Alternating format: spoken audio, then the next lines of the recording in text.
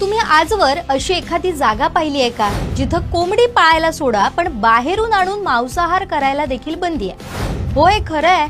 देवगड तालुक्यातील नारिंगरे गाव कोकणातलं असं एक गाव जे आपल्या कडक नियमांमुळे चर्चेत असतं. इथं गेल्या कित्येक वर्षांपासून कोंबडी पाळण्यावर आणि मांसाहार करण्यावर संपूर्ण बंदी आहे. केवळ घरातच नाही तर बाहेरून आणून खाण्यावरही इथे गावबंदी आहे. पण असं का? यामागे आहे देवावर असलेली अढळ श्रद्धा.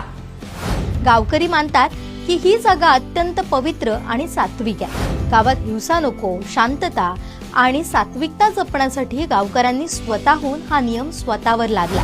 केवळ अंधश्रद्धा नाही तर पिढ्यानपिढ्या चालत आलेली शिस्त आणि एकतेचं हे उदाहरण आहे. आधुनिकतेच्या काळातही आपल्या परंपरा जपणारं हे नारिंगरे गाव खरोखरच कौतुकास्पद आहे. केवळ देवासाठीच नव्हे तर गावातील पर्यावरणाचं आणि शांततेचं संतुलन राखण्यासाठी हा नियम अत्यंत प्रभावी ठरला.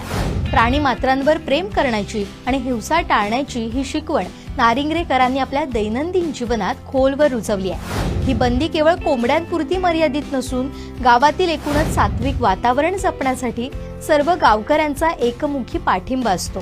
बाहेरून येणाऱ्या पाहुण्यांनाही या नियमाचा आदर करावा लागतो आणि हीच तर या गावची खरी आकर्षक ओळख आहे. तुम्हाला याबद्दल माहिती होतं का? आम्हाला कमेंट करून नक्की सांगा.